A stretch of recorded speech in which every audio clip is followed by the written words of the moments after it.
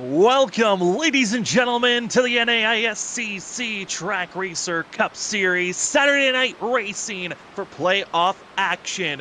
We started off last week with the playoffs racing at Richmond, the first race of the playoffs, and in a blink of an eye, race number 2, it's the cutoff race. We go from 16 drivers in the playoffs down to 8 here tonight at Kansas for the Kansas 225. Who's going to the lead 8? We will find out here tonight. But as the drivers are racing, I want to give a big shout out to all the amazing sponsors here at that of the NAISCC Cup Series. As the title sponsor, Track Racer, Refined Gaming. If you're looking for the most cutting edge design and engineering and the competitive edge, go get yourself a racing rig from that of Track Racer. They've got monitor stands, equipment. They also got rigs for flight simulators and plenty of others. Get yourself either started or completed with your rig here today with Race Tracker, Refined Gaming. Track Racer did a great job on that, but for our next sponsor, big thanks to that at Simbox Store for quality, craftsmanship, affordability, and also find yourself the best way to interact with simulator games. Get yourself a Simbox from the Simbox Store. They're also going to be integrated with that of iFlag, and you can get yourself custom schemes, and they're all available here today. You can go find yourself a Simbox from the Simbox Store on that of eBay, Facebook, even Amazon, and even this year launched is the website of www.simboxstore.com. If you use the promo code FreakyFast, you also can get 10% off at the Simbox Store. You really push our buttons. Practice is coming to a close here very shortly in just 45 seconds, and the drivers are getting ready. Let's set the stage for you here tonight. Again, 16 drivers start out here at Kansas, but only 8 move on here in our pursuit for championship this season. Already locked in with his win from last week, Vincent Sora, going to be our first driver locked into our Elite 8. Taking the second spot based off of points and the amount of bonus points that he had from the regular season. That of Brian Johnson going to be also taking a position. Now, there's also going to be 6 spots still left on the table to be grabbed here tonight. That is Zach Hall, Tom Sinchek, going to be both plus 20 coming into tonight's evening. But with the amount of drivers that are showing up here tonight, just after stage 1, both those drivers could be locked in to the playoffs. Another driver that could be added to that list, 5th currently in points, it's going to be Cedric Hunter in that of the 13 Hello Kitty machine and champion from last season, trying to go back-to-back this season. Then in 6th in points, you've got Nick Crawford and the 11, our Daytona 500 winner. Daytona winner this season. We'll see if also we can find out who's going to get in those positions. But this is when everything closes in. From 7th in points, 8th, 9th, 10th, 11th, 12th, and all the way down to 13th in points. Those drivers all differing by just 6 points from one another. And there's only 2 spots left to take out of those drivers. Then you got Danny Cochran, who's down in 14th position with Sean Hutzstutler, Max Foner, practically in a must-win scenario. But those drivers that are closed in, inside of our top 8, Mark Whitley, Thomas Walter, they're going to be our bubble drivers on the inside of our top 8. Just outside, Maurice Gomillion by 1 point is out in 9th in points. 10th is going to be Aaron Kralik with Dakota Moniz, 5 points out. Same with Kyle Rochelle and that of James Tremmel. Both 3 of those drivers going to be 5 points out. It might be complicated just by explaining it there, but we hope to clear it up throughout the night. But qualifying is now set up. We're ready to go. My name is Sam Dyer. With me is going to be Robert Moyer. And Robert, I know you're usually doing production only. You're kind of doing double duty, if not triple duty, with all the things that you got doing here tonight. But drivers are qualifying. They're hitting the track for tonight. It's 150 laps. It's going to be a long one, but should be entertaining all the way through. That is correct. Well, good rundown there's Sam. We all understand now kind of what's going to be going on here tonight here with the NAISCC Cup Series. And That was a good rundown for the playoffs. Hopefully everybody understands that, and like you said, we will note on it as we go through the rest of the race here. But right now, we got that number 5 right there on the top of the board with the 30.8. Well, he was Brian Johnson is now going to jump up to the top of the board here. But welcome everybody here tonight to Freaky Fast Broadcasting. Hopefully everybody enjoys tonight's show, commentating, and enjoys this everything, man. But I think we're going to see. Man, I don't know what we're going to see. We'll have to see how this all plays out here because this track here can be very touchy. You know what I mean? You got to run the high line. And if I feel, and I was thinking today before we went live, I think, if somebody can get that low line working, get some rubber down there, that might be the place to go to make some passes because I think everybody's just going to migrate, Sam, to the top line.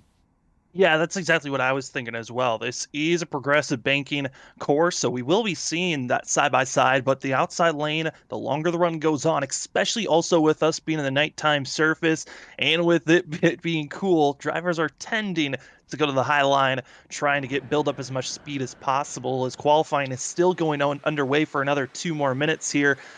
I mean, Robert, I was looking at the schedule. Again, playoffs, only 5 races. Last week was at Richmond. Here tonight's at Kansas, but you skip past the round of 8 to our championship race. We'll be at Chicagoland for that race.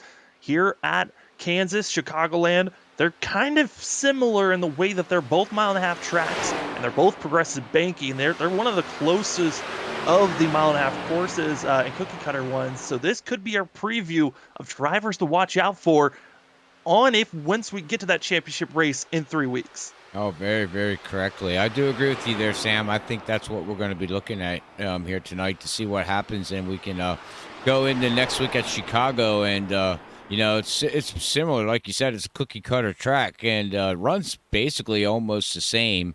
I do know Chicago has I don't know. To me, I think it has a little bit more grip. Maybe it's because of the track surface, but temperature plays in factor too. So, but we'll see. We'll see who can take care of tonight. But we were watching James here in that number 20, and I was watching him in practice, and he did the same thing again here in qualifying. Sam, getting really loose out of turn 2 and scraping the wall. So. That pit crew and that 20 car needs to figure something out because if not, I think he's gonna be struggling. Hopefully, he doesn't ruin his race here tonight. Yeah, this is what this track's going to be a lot of tight in. When you're driving to these corners, it's going to be very hard to get turning, and it's going to want to push you up through the track. But because you're turning so much just to enter the corner, it then turns the exit of these corners to be very loose. So tight in, loose off, we're going to be seeing a lot of that here tonight. So the exit of the corner is going to be very much of a handful for all these drivers to worry about as qualifying soon to be coming to a close. 13 seconds left. As qualifying is almost here. You see some of the last drivers hitting the track. That Jesse Thornick's going to be coming across the line with just 5 seconds left for his time. And the 14 able to move up a couple of positions up to 12th place. But Robert, we weren't sure how tonight was going to go. We weren't sure who was going to be in the booth with me for a moment there throughout this week. And even coming into this week, we didn't know what the drivers were going to be given to us for qualifying or for the race. Well, one of those is done. Qualifying is over. The drivers getting ready to stack up. And it's time to see where the drivers are going to be lining up for this cutoff race. Who's going to the Elite 8? We get to find out here tonight. Getting your pole position, going to be his 4th pole this year. Brian Johnson in the 28 machine. A little bit of a surprise, but he's been fast at the 1.5 in the early going. Our pole sitter back at Las Vegas in 2nd place is that of Aaron Krolick. With Tom Sinchek going to be in 3rd place. Mark Whitley in 4th. Cedric Hunter in 5th. Kyle Rochelle in 6th. With that of Zach Hall in 7th. Thomas Walter 8th. 9th, Stanley Cochran with Dakota Moniz finishing out your top 10. All right, and starting 11th here is going to be Maurice here in the 44. We got Jesse in the number 14 starting 12th. Vincent Soar already locked in, doesn't have to really worry about it. This is just basically a practice race for him here tonight. It doesn't matter where he finishes, but he's going to be starting in 13th position with Martin Jr. there in 24. He's going to start 14th, and then when you talked about Nick Crawford earlier here in the broadcast here, Sam, and he's going to start here in 15th position in that number 11 machine.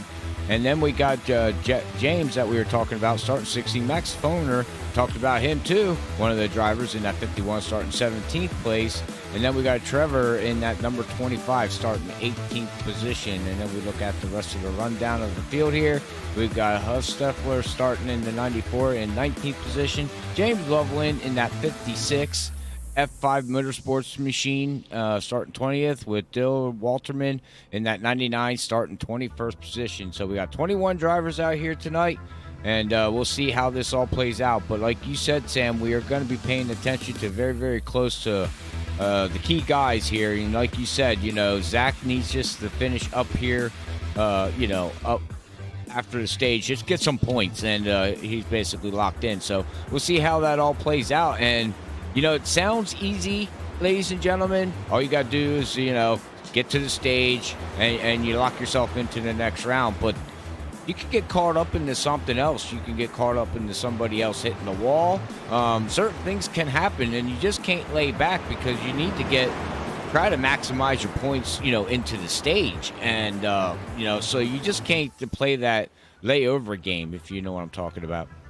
Yeah, you cannot be too passive here early going, especially because the bonus points is what's going to make and break for some of these drivers if they're going to be moving on. That's why we're going to be seeing the 0-1 of Aaron Kralik having such a fabulous start for himself. He's going to need every single bonus point possible. But for Tom Senchek, Zach Hall, stage break at the end of lap 65, that could be telling them if they need to be aggressive here or need to be patient in the rest of this race, because if their competitors around that bubble spot do not get stage points, they can raise calm for the rest of this race. But for that of Aaron Kralik, and also for that of Mark Whitley and others around, they need to get aggressive. They need to get these bonus points, and it all starts now. It's the Kansas 225. We are green as the drivers are side by side. Aaron Kralik, Brian Johnson, going to be going in the early going, and the big thing to watch out for, bonus points. How to get them? First, get 0 incident points throughout this whole entire race. 2, lead a lap. Lead the most lap, you can get another bonus point, but it's the stage break. Top 5 get bonus points. 5 points for winning the stage at the end of lap 65, and it trickles down by 1 point until they get to 5th place, who gets 1 bonus point for themselves. As Brian Johnson's up front, the driver that's led the most this season continues to lead more laps, leading lap number 1 here tonight.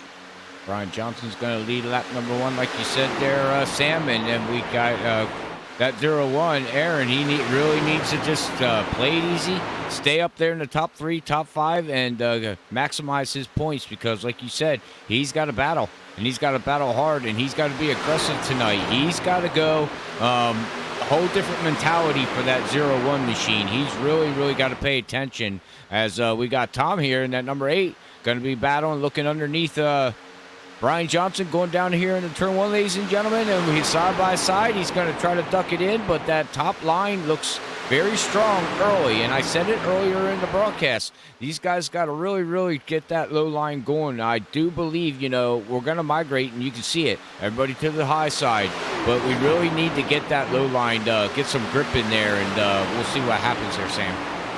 Yeah, we'll see what the grip levels are going to be like in the next 5 laps. So that outside groove, though, we've talked about it. You noted on it, Robert.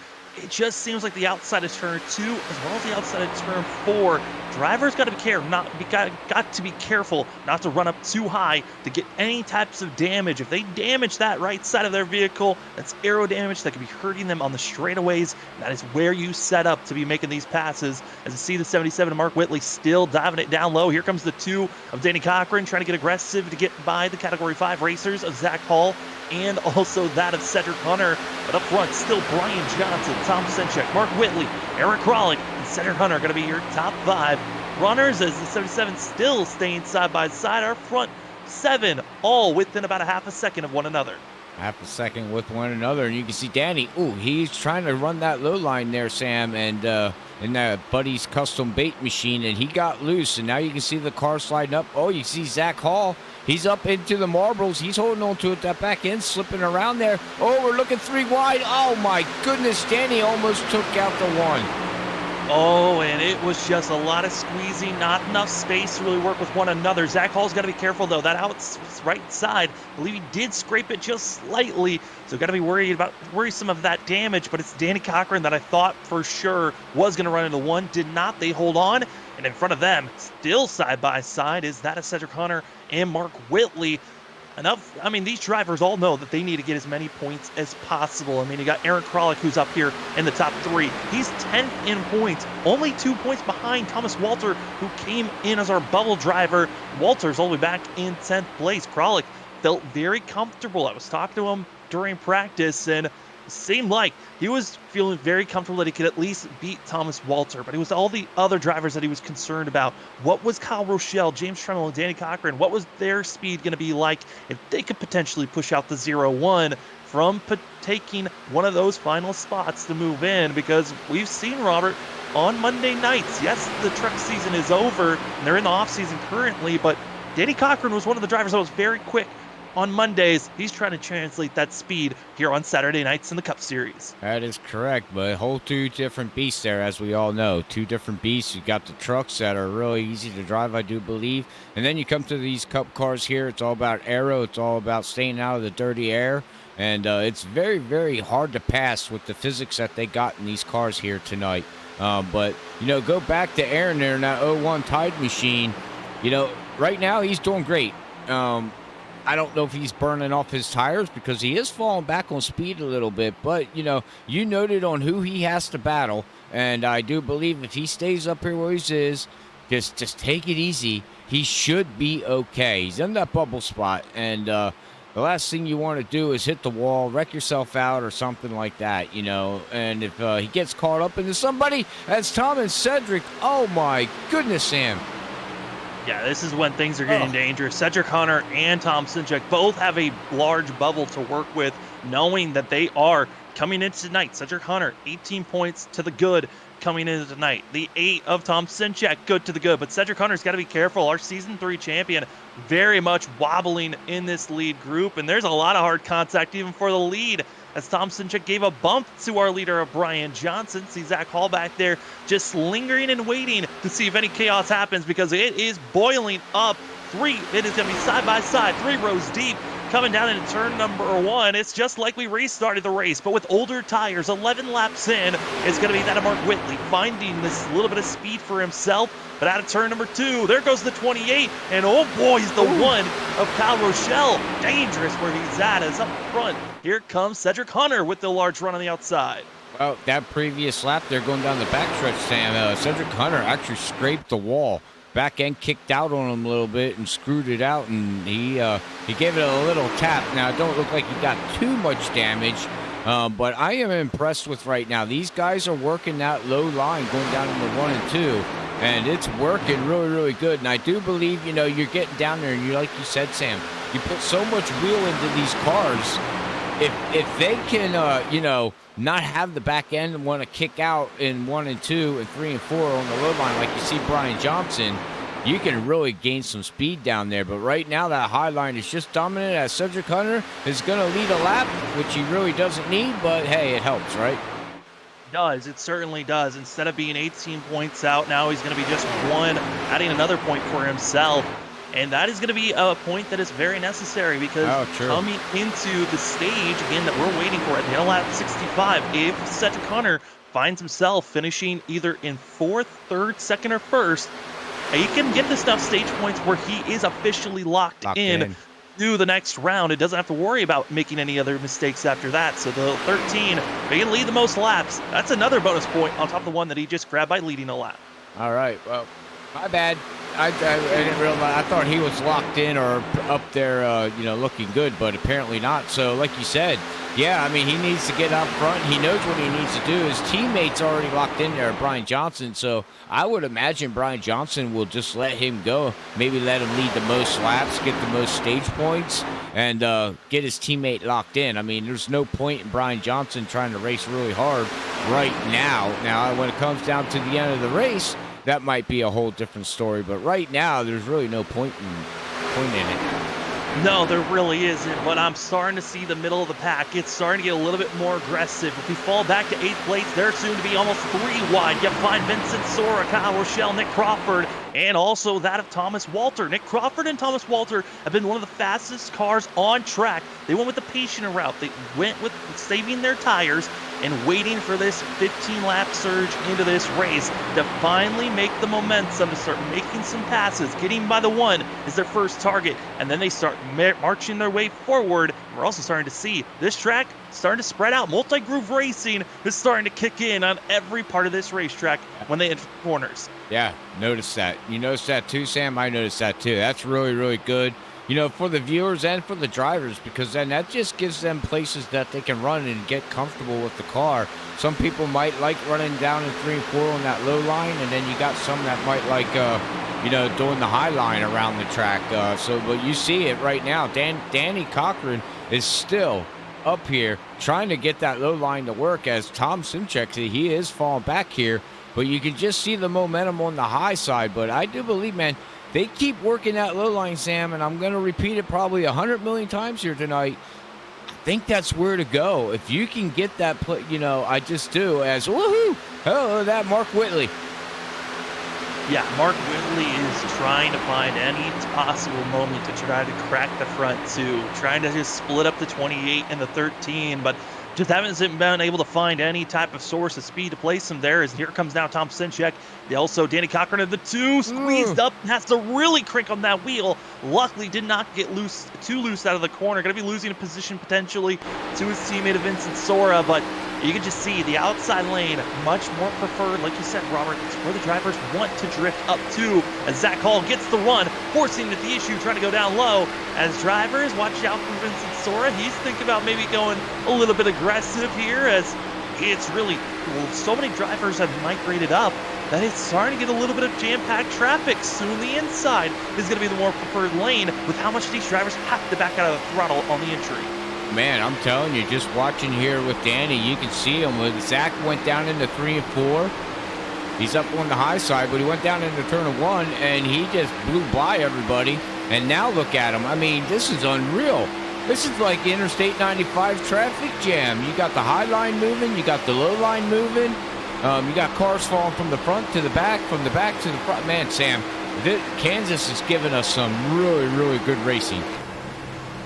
All the way through, you saw there for a second, it was again 4 rows of just side-by-side action. We hop on board with Brian Johnson, who got to lead a lap 2 laps ago, but then fell back because he was stuck on the inside. Just showing, if you can get a major run, as now there's a quick yellow in the back. Caution flag waves as drivers entering, I believe coming out of turn number 4. It's where the yellow flag waves, with that of Martin Morales. And Trevor Earhart going to be bringing out yellow here as the drivers up front, they finally get to cool down as we're 20 laps in. As we take a look at the replay, Robert, I think this was necessary for this yellow to help out, but for the drivers that are involved, this was not the yellow they wanted to see. As you saw the 24 get up in the outside wall, and nowhere to go was that of Trevor Earhart. Yeah, unfortunately, he scraped the wall, got up inside the number 24, and just looped him around. But you know what? If you look at it in overall general, it don't look like too much damage.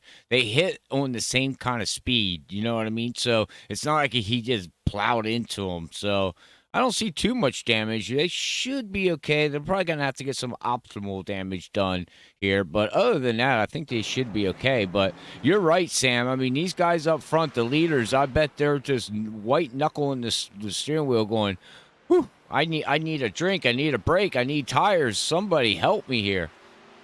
Well, that's what we're going to be seeing now, as the drivers are all hitting pit road. The question is, do you take tires or not?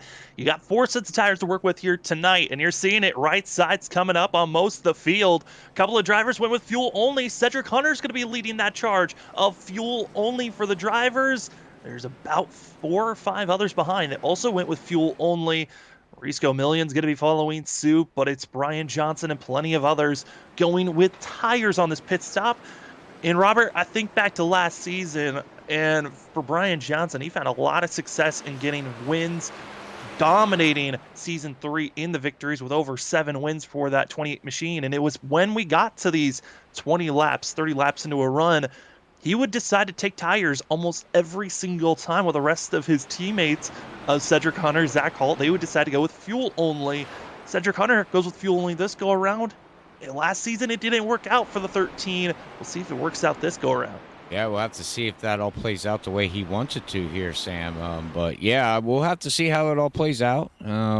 It's very interesting because we got just looking at a couple things here as we got Cedric. Wait, what's Cedric Hunter doing? He's going back into pit road. Came out in front, decided to go with fuel only. I think he recognized everyone was going with tires on this pit stop. He might be just going with the safe strategy of going to the back and taking tires and starting back here. Another driver that followed him in is Max Foner and James Loveland are going to be coming in late. I think it was just maybe a miscommunication, but up front, it's going to be Maurice Gomillion going to be leading here with fuel only. And the reason why we're seeing Gomillion go with this strategy, it's a bonus point. Technically, with leading just this lap, the 44 is going to be the driver that is now tied with that bubble spot of 8th place with Thomas Walter. Very true, very true. Every point matters now. We do know that he's on older tires here, about 20 laps older tires. So I don't know how this is all going to play out, Sam. We'll have to see when to go back green here. But, man, that call on Cedric Hunter, I'm just stout. He was looking really fast, and now he's all the way back at the back of the pack. I just don't know if that was a good call or not because it really looks like it's hard to pass. It does look hard, and I'm trying to look around the 13 and see if potentially it was because he had damage he wanted to get repaired done, because the 13 did have to come to pit road for a little bit, but up front, pace car's off. We're green once again. It's the Kansas 225. Again, Maurice Gomillion in the 44. He got a great launch, but he's on older tires. He's a sitting duck. Other drivers to watch out for, the 20 of James Tremmel, and as well the 14 of Jesse Thordick. All three of those drivers, old tires, and could be a hazard as they're 3 wide for the lead. Contact with the 8. It is all damage up front. The 44 trying to just hold on, but a very hazardous move for the rest of the field. Wow. I don't know if everybody out there seen that, and I'm sure they did, but, man, we still got 3 wide going on here. Oh, my God. Man, them tires are toasted, Sam, and he just needs to get down the apron. There you go. Just let everybody go. You already got your point. You got a set of tires extra in pit road. It's no need to wreck the car now. You know what I mean? Just fall back and ride it out to the stage. Well, the issue also is the fact that the 20 in front of these guys, the 44 is still stuck in the middle. There's 3 drivers in this pack that are on older tires. The 14, Jesse Thordick, who's clogging up the 32 of Zach Hall. He's on old tires. Now has to split the middle, as well as we saw that at the 20. That's even in front of this group that's on the outside. The 44 starting to lose ground. Old tires, big issue. If I was them, I would just move up to the high line, get as far high as possible, because when you're on the inside, you never know who could just run you over as they're still slashing and dashing. Thomas Walter gets loose, makes Zach Hall react in the 32, and see him side by side. The 20 of that of James Tremmel just goes high, dry, and out of the way for the rest of the field to race on. All right, well, they're getting dry and high, like you said here, Sam, and now they're getting single file, but we're still up here with the...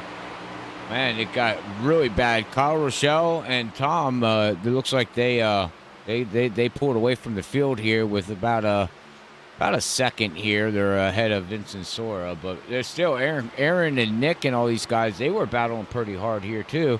And now you come back here to the backpack. You got Nick Crawford, you got Zach Hall, Danny, Max Foner. Max Foner's coming up through the field here too. Very good rebound for that guy. He's up 7 positions right now.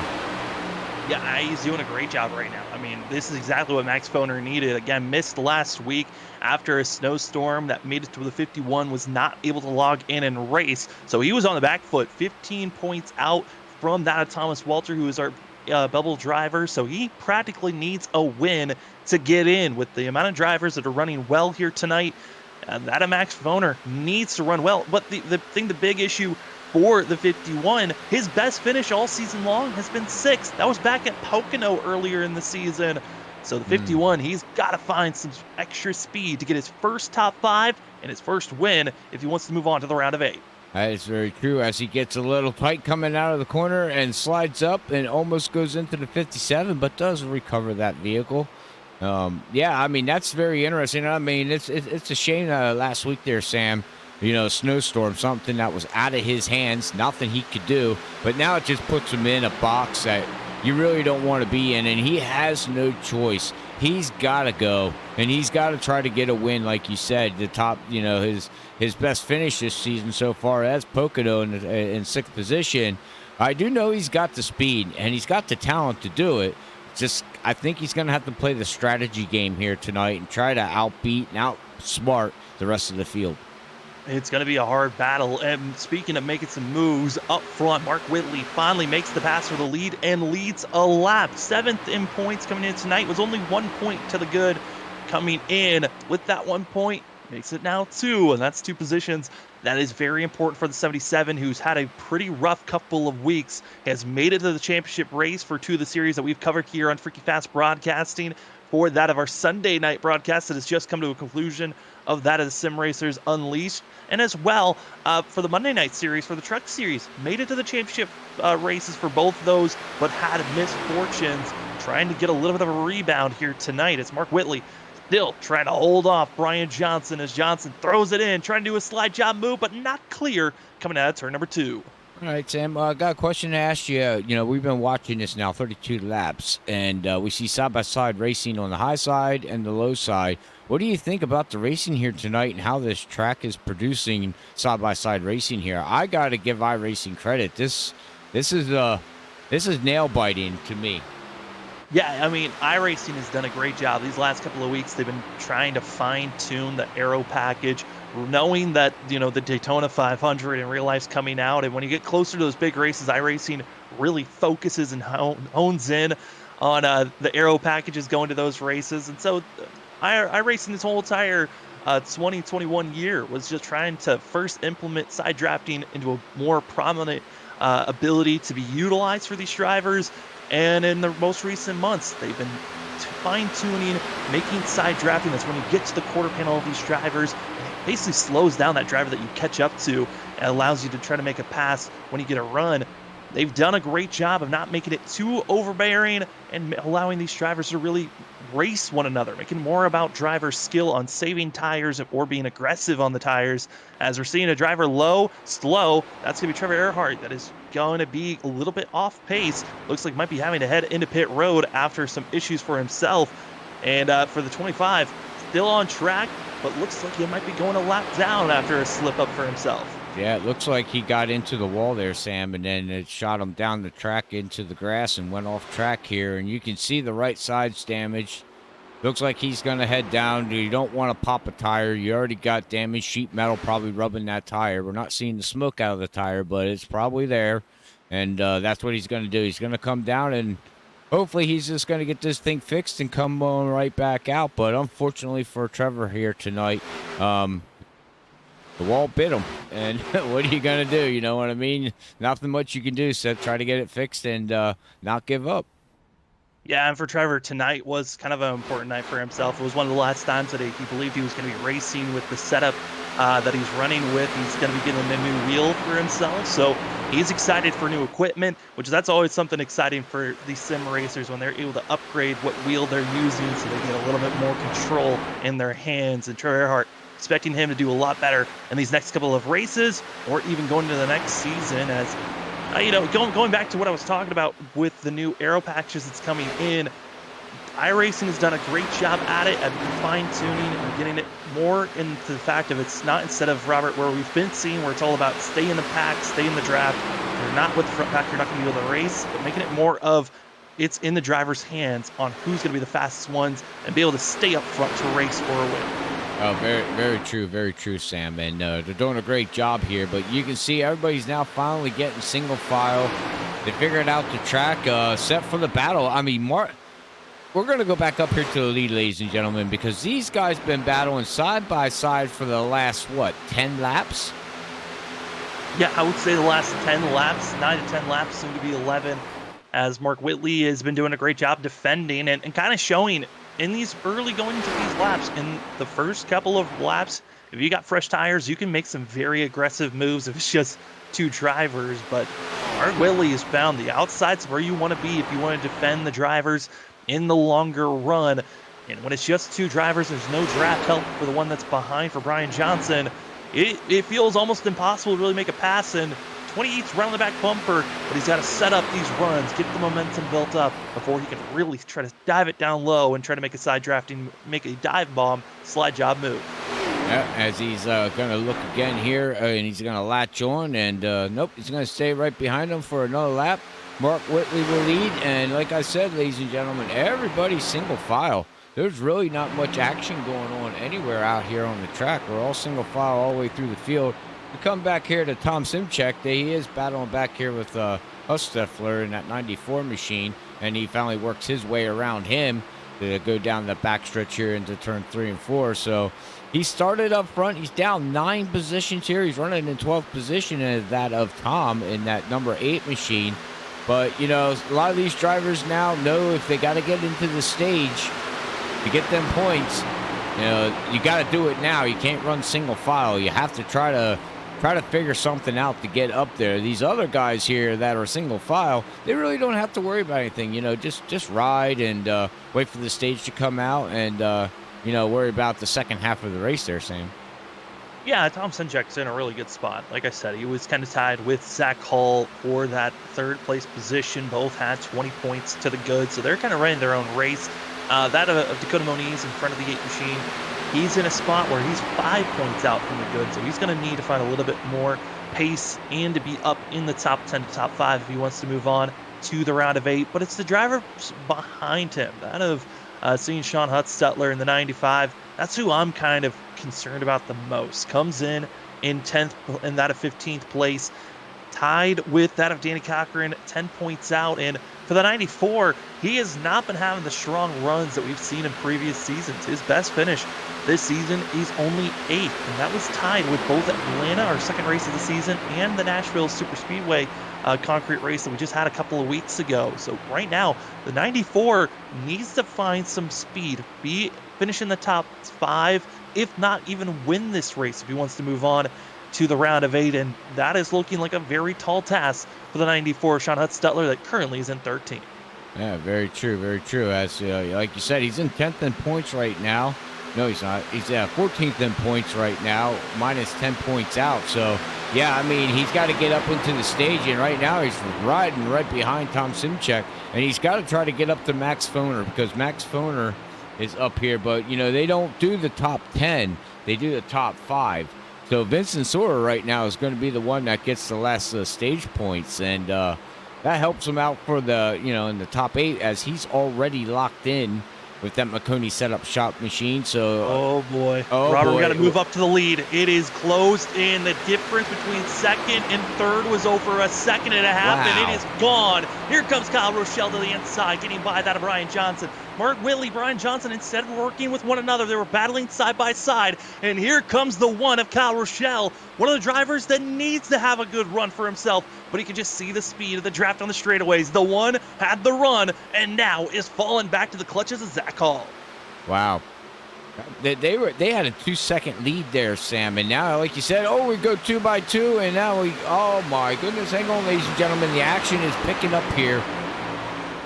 Woo.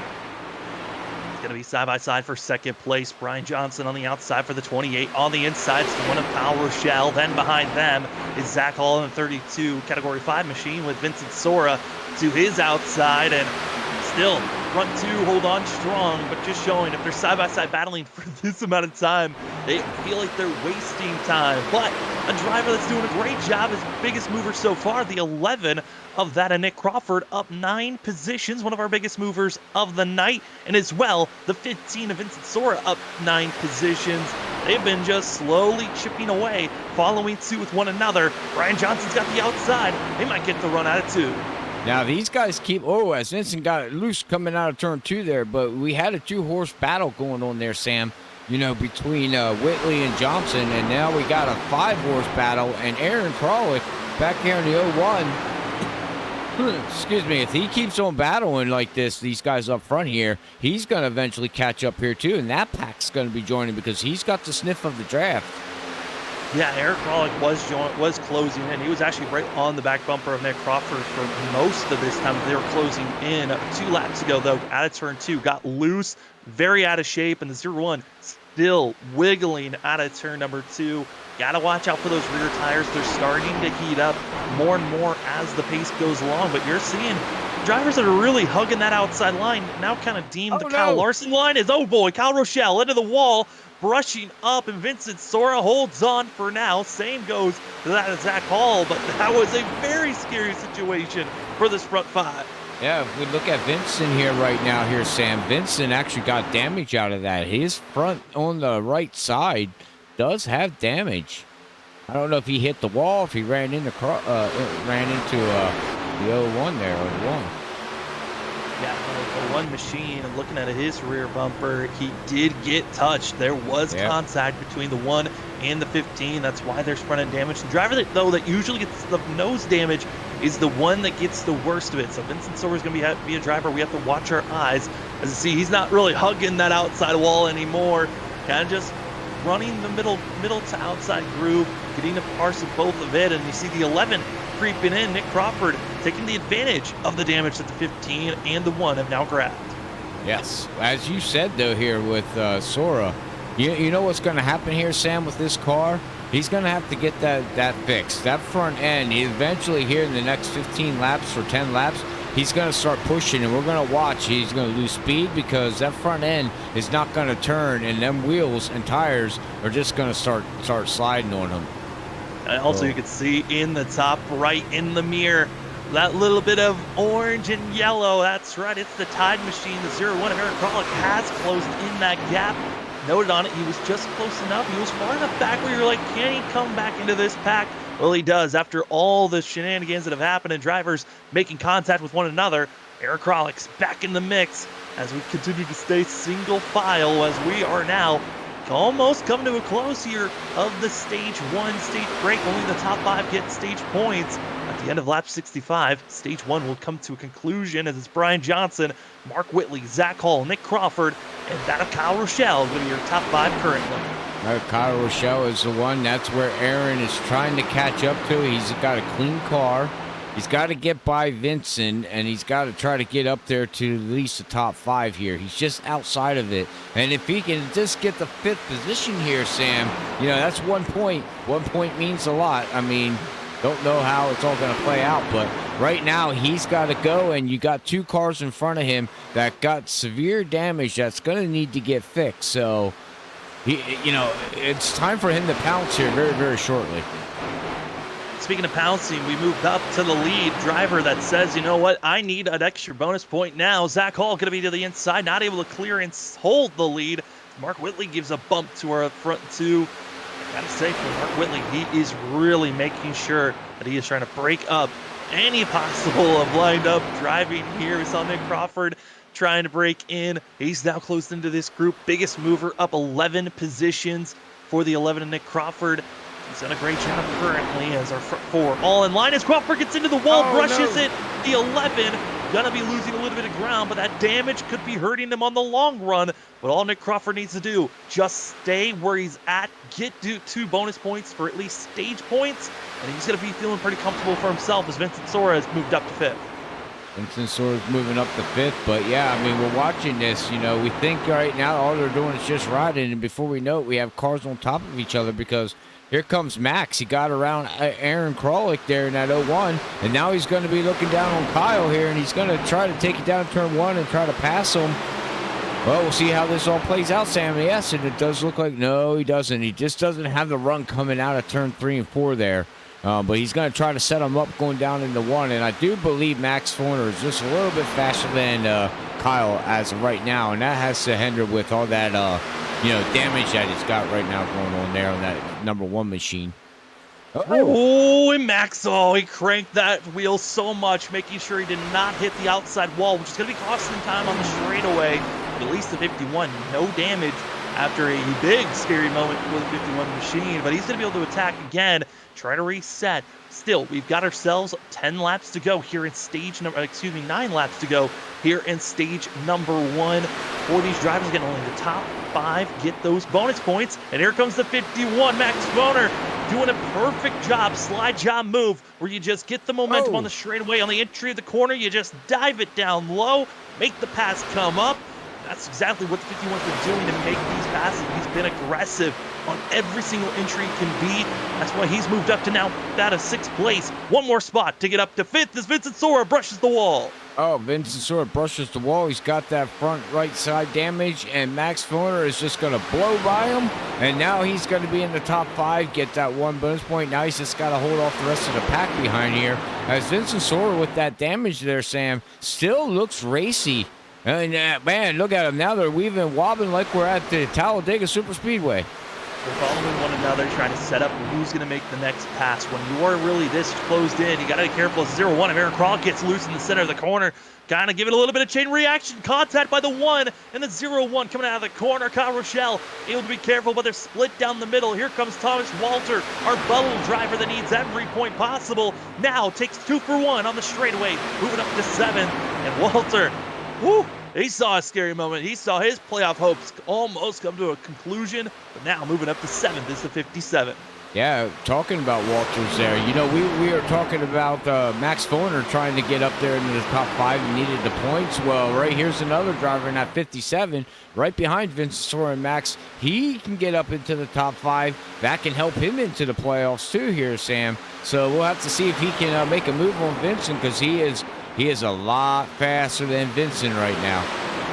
And right now I'm getting concerned as we might be bringing out a yellow here quickly if Aaron Krolick's not careful. Those tires are worn down and heated up. The right side, when he's entering these corners, there's not enough grip. He just continues to get so close to the outside wall where he's practically brushing it. And Sean Hudstutler staying for the other drivers following behind. They've got to be careful so that the 0-1, if he does tap the wall, there's enough time to react and get out of the way. You're right, but we just watched Danny here. These guys are giving it to the limit. I mean, they are driving these cars way over what they should be. We watched Danny Cochran there. He did smack the wall, Sam, pretty hard going into 3 and 4 the previous lap. And you can see all that right side damage in the front, and it's hindering him. But, you know, it's playoff time, ladies and gentlemen, and these guys are driving these cars to the limit. I mean, literally to the limit. And you can see it's sliding, back end coming around, and it's no hose bar, man. They're going for it, man. It's just, you know, I don't know what to say, but you could just drive it until you wreck it, I guess. Absolutely, and right now we're seeing drivers practically wrecking it at this point. Everyone on track that we're seeing on our screen, practically all in the playoff hunt, trying to make sure that they can move on to the next round. The only drivers that we're seeing on screen that aren't a part of the playoff picture going to be James Loveland as well as Dylan Walterman. Those are the only, and Jesse Thorick, those are the drivers that really are not in our picture. They're not in the playoffs, but everyone else is. And their focus past Thomas Walter, be in front of the 57. That is their goal, to make sure that they can move on to the next round. As you're seeing side-by-side racing, but we're 3 coming to 2 laps to go here in stage number 1. Yeah, they're battling back here for 6, 7, 8, 9, 10, 11, 12, 13. God knows how many numbers are back here battling, but they're still battling up here for the lead. Mark Whitley's going to look on the high side of Zach Hall going down into turn 1. He's going to try to power move it, but Zach Hall's got the run down on the bottom. He's going to try to hold it side by side. As Mark Whitley looks on the outside, gets some momentum. Very, very... Oh, and they touch. Hang on.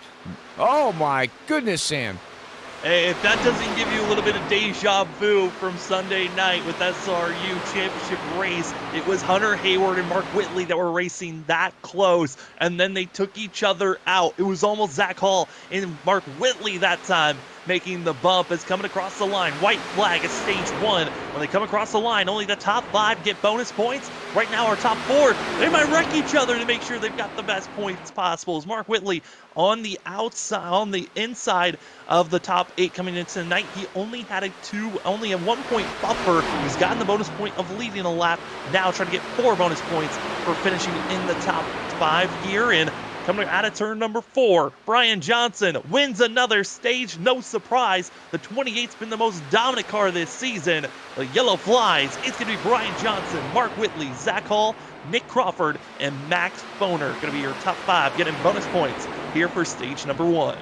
Oh, man, poor Thomas Walters there. He tried finishing in 6th position there, Sam, but, you know, Max Foner, you know, he's down at the bottom. He needs a win, but Getting that stage point's gonna help him, but that puts him 14 points out. He's still he needs a win unless something happens to these top guys. Because with this being Zach Hall getting up here in the stage, like we said in the beginning of the broadcast, he is now locked in to the playoffs of round number 8. So he's looking pretty good. I do believe you said Tom Simchek, he should be locked in.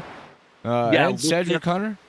Yeah, looking at the points that are still out there on table of where drivers can finish, and based on where they're at and the amount of drivers that's shown up, believe that Zach Hall is now officially locked in to the next round. Tom Simchek practically in. He's just, if he somehow falls out and finishes in 20th position and one of the drivers that's on our bubble spot wins the race, then we could be seeing Tom Simchek get kicked out. But right now, looking good is that of the 8 machine. All right. Well, with that being said, we are under our stage break here, ladies and gentlemen. We're going to quick run to a commercial, and we will be right back for the second half of the action as they drive these cars down to pit road, get 4 tires, get some fuel, and get ready to run it to a lap 150. So stay tuned for all the action here at Freaky Fast Broadcasting. We will be right back after this quick word.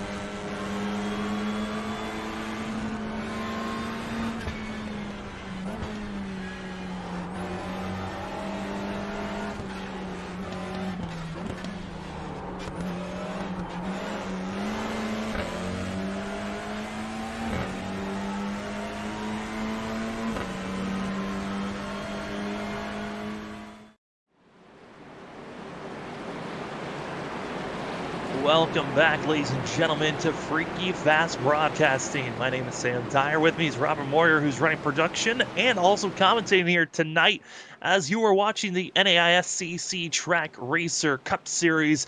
This is the final race of the round of 16. We cut it down to just 8 drivers that are going to be moving on, as we got Homestead, Talladega for the Elite 8, and our Championship 4 go to Chicagoland. Here tonight, it's been a dramatic stage 1. Plenty of drivers now are going to be mired in the back after getting a lot of damage repairs, but up front, Brian Johnson, Mark Whitley, Nick Crawford, Max Foner, and Thomas Walter going to be your top 5 as we are green once again at the Kansas 225, and drivers further back, they got a little bit of wheel spin. Zach Hall losing ground, but up front, we're already single filed out in hard racing. Robert, this is going to get chaotic here in the early going.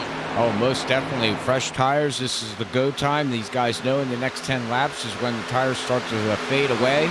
So it's go time. Go, go, go. As Mark Whitley's going to duck low. Look at Brian Johnson there, but he cannot get the run. Brian Johnson. Oh, no. Oh, Huffstutler, Moniz, that have also traveled all contact. And those are 3 drivers that were needing a good run, now involved in this wreck. And just in a blink of an eye, they saw something of a chance. Moniz was a driver that was having a decent run for himself. Huffstutler was needing a great day.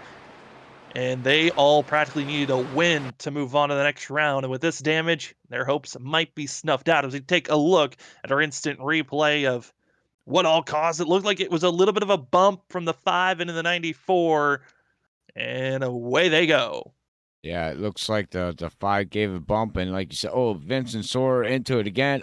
Up into the wall. Zach Hall going flying down. Tom Simchek just misses it. Oh, man. Unfortunately, there goes Kyle Rochelle. He gets by. But like you said, I mean, we got Huffstutler there. He's in 14th in points. He needed a good run, and unfortunately, his motor looks like it's a shot as these 2 guys are bringing it down. Man, oh, man. Well, looks like their playoff shots are done for the season here, Sam, unfortunately.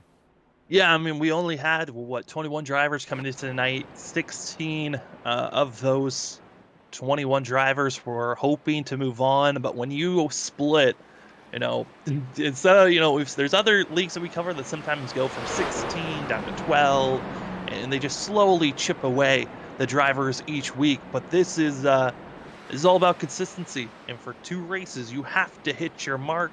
If you make any mistake last week coming into this week, from Huffstutler, for Danny Cochran and others, they didn't have the best week at Richmond, so they had to have a good performance. And now involved in this wreck, this is not the way that they wanted Kansas to go. But for the 15 of Vincent Sora, he won last week. That is the advantage for himself. So even with the poor run that he's had here tonight, he is moving on to the round of 8. Same for that of Brian Johnson, and with Zach Hall's bonus points, he'll be moving on as well. So those are 3 spots.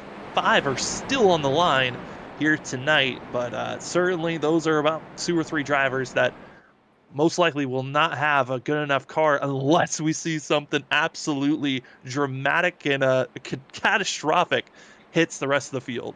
Very true, Sam. I mean, you're looking at Mark Whitley right now running in 2nd position. He's looking pretty strong all evening. If he keeps the pace that he's having here all night, he should be okay. I'm back here worried with that number 51 of Max and Thomas and all them guys back here.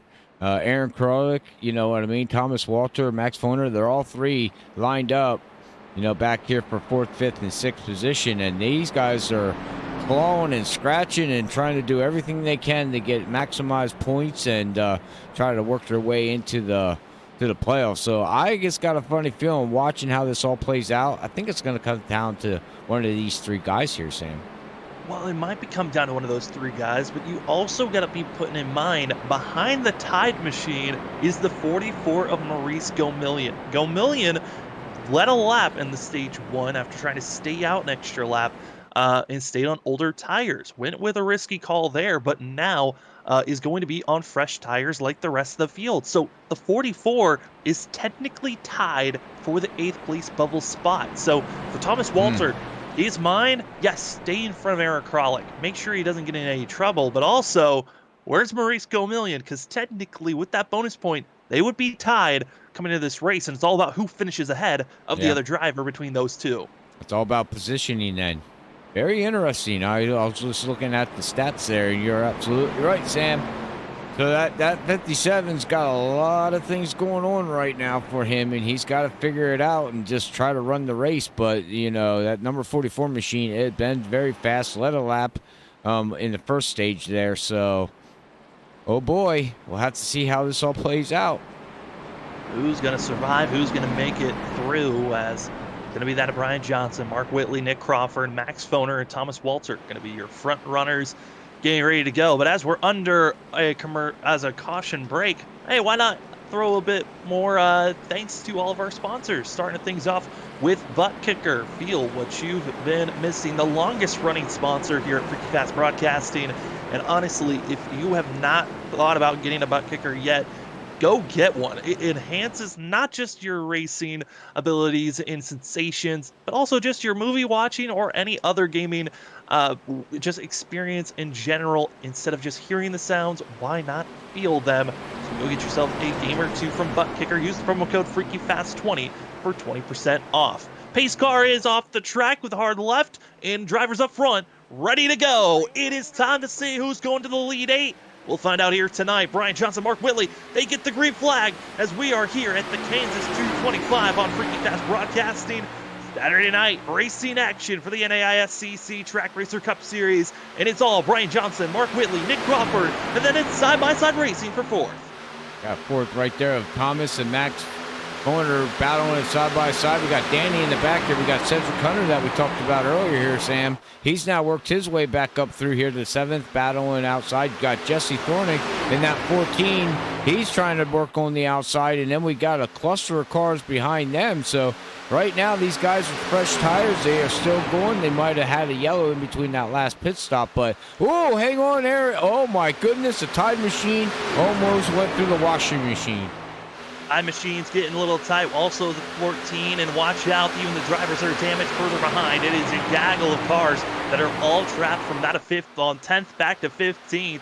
But there goes the 14. That's going to be Jesse Thornick, who's always comes in extremely late and then somehow has a great run in the middle of the field, in the middle of the race, and starts to fall off. We'll see if the 14 can keep that strength. But as you can see, the absolute madness for 10th place. You got that of Cochran, that of Senchek, and others side by side as the 8 trying to get over the 2 machine, but not able to do so just yet. And then in front of them, Eric Kralik is being almost a hazard. The tide machine, easy to spot, but also might be hard to get away from.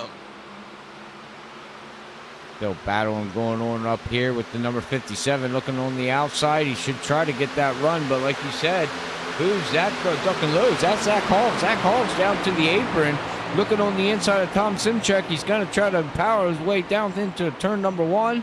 Looking very strong, trying to rebound back after that little incident that he had. And here we go. James Loveland, Tom Simchek, Zach Hall, side by side. A major scare for one of our front runners. That of Cedric Hunter was battling up in 6th position, had a major blinking issue, faded all the way back to 18th place. Luckily, no one else was involved, but the 13, major scare. Luckily, though, still out on track when he thought his day was over. But he gets a great photo, a great picture of just the madness. They're 3 wide currently for 9th place. It's Kyle Rochelle, Danny Cochran, that also of Zach Hall. Side by side, the 2 gets wobbly, and luckily they hold on still, side by side, 3 rows deep. Wow. Now, last week, we know he had wheel problems, Sam. You know, his force feedback was given out on him. I'm not sure if he got that fixed. I would imagine he did. But, man, you can see how much wheel input he was putting in and just wheeling that thing coming out of that turn. And he almost looped it around, but he saved it. So good for him as Zach Hall will now move himself up to 9th position, now up the 8th position, looking as Danny's going to look on the outside. And this is not what the 44 needs here. Maurice needs to go the other way, Sam, not the back way. Yeah, the big issue for Maurice Gomillion is he was not having draft help on the straightaways. If you are on the inside, or if you're just in line where you're not getting any help at all, you are going to be losing 1 to 2 positions on the straightaways. Gomillion finally gets in line. We'll see how well he can try to translate this speed now going into these corners. But yeah, Maurice Gomillion, obviously you can see he's great in the early portions, but the long run is where he has been struggling and fading backwards is the 44, as Thomas Walter continues to move up as the battling for that of 4th, 5th, and 6th We're all side by side as Zach Hall continues the chip away, moving up to 8th, and also for 13th, Cedric Hunter, who fell back to 18th. He's now up to 15th, slowly making his charge back up front. Cedric Hunter's got the speed in that vehicle as he's got Vincent Sora right behind him. He's looking underneath James here in that 13. Oh, nope. Man, you know, coming out of turn 2, Sam, if you're on that low line, you're just drifting that back end. That back end's just like floating coming out of that turn. And that's what I think everybody's struggling with right now. Oh, absolutely. That sensation of just lightness kicks in, and you're trying to make sure that you do not get loose into the outside. Mainly when we're seeing drivers fade up into the outside wall, it's because they're trying to catch that loose sensation, which sometimes drifts the car up. And if you get in that outside wall, you are going to, save the car, but you're also going to destroy it at the same time. So you got to find that equal balance where you're going to save the car, but not overcorrect it and damage yourself. As Trammell as well as Loveland damaged, but still running decently well for themselves. But this is not the position they want to be in if they want to move on to the next round. That's for Trammell. Loveland not in the playoffs, but for Trammell, he needs to now start making the move. He at this point needs to finish inside of the top 5 to top 3 if he wants to move on to the next round. And he's now being hounded by one of the drivers that was up there at one moment. The 13 seems to always be fading backwards and moving forward. Cedric Hunter, what a roller coaster of a night it has been here in the first half of the race. Yeah, very roller coaster ride for that number 13 Hello Kitty machine, but right now, I am just paying really close to Maurice Gomez there in that number 44 machine. He got in the draft like you said, Sam, and it didn't work. You can see he's falling back, and I don't know what he needs to do to try to get that speed back in that machine, but he got in the draft like you said that he was getting not in the draft, and he got in the draft, but he can't hold the draft. So I'm not sure what's going on with that 44 machine, man. Well, he also has slight damage and just has been slow here tonight. It's not had the ultimate speed to be winning and being up front. But speaking of up front, we're going to move up to our top 5 where drivers are getting a little bit more racy. Zach Hall has now really carved his way up to 4th at this point. But another couple of drivers to watch out for is the 11 of Crawford. He's now made the pass over Thomas Walter. Walter has been keeping that bubble, keeping him close to Aaron Kralik. That's the driver that is on the mind of the 57. He cannot allow Aaron Kralik to be 2 to 3 positions ahead of him. Right in that sweet spot is the 57 of Thomas Walter to Aaron Kralik to make sure that he's moving on to the next round. Yeah, like I said earlier, Sam, 88 laps into it, I do believe, it's got to be a battle with them guys. I just got a funny feeling the 01 and the 57 are going to be side by side here towards the end of this race, and one of them are going to be all about position and winning. But as we got Nick Crawford looking down on the little line of Aaron there, he's going to try to duck it down into turn 1, side by side action. And it looks like he's going to be able to clear, but we'll see if that tide machine gets a run coming out of the corner. And he will, but Nick Crawford will clear him out of turn number 2. Yeah, and that's the big thing. And Nick Crawford now going to be making that pass. So Thomas Walter now for sure in the better position. Again, Thomas Walter, our bubbles, it's all of the 0-1 into the wall. That has been his biggest issue all night long. He's just been brushing it periodically every 15 to 20 laps. And now here comes Thomas Walter to the inside. Well, now Walter doesn't need to worry about where the 0-1 is because there goes Walter trying to make the pass for that of 6th. Yeah, he's going to try to make that pass for 6th position side by side, and Aaron's going to battle on the high side. And no. In front of them, issues for Max Foner, brushes the wall, going to be low, slow, and losing ground.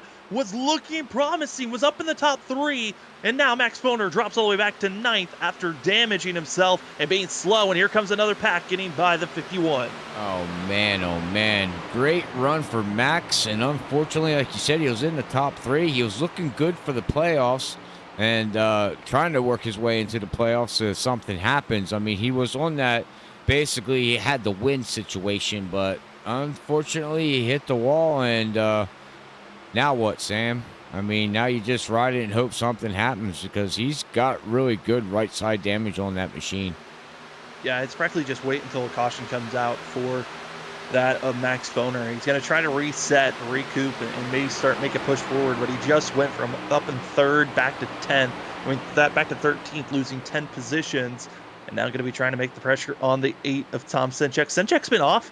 I mean, it's been kind of weird to watch, but Sinchek's been off at these 1.5 mile tracks. The last time I really saw that of Tom Sinchek being quick was our first 1.5 mile race at Atlanta, where he just fell short to the teammates of Thomas Green and that of Talmadge.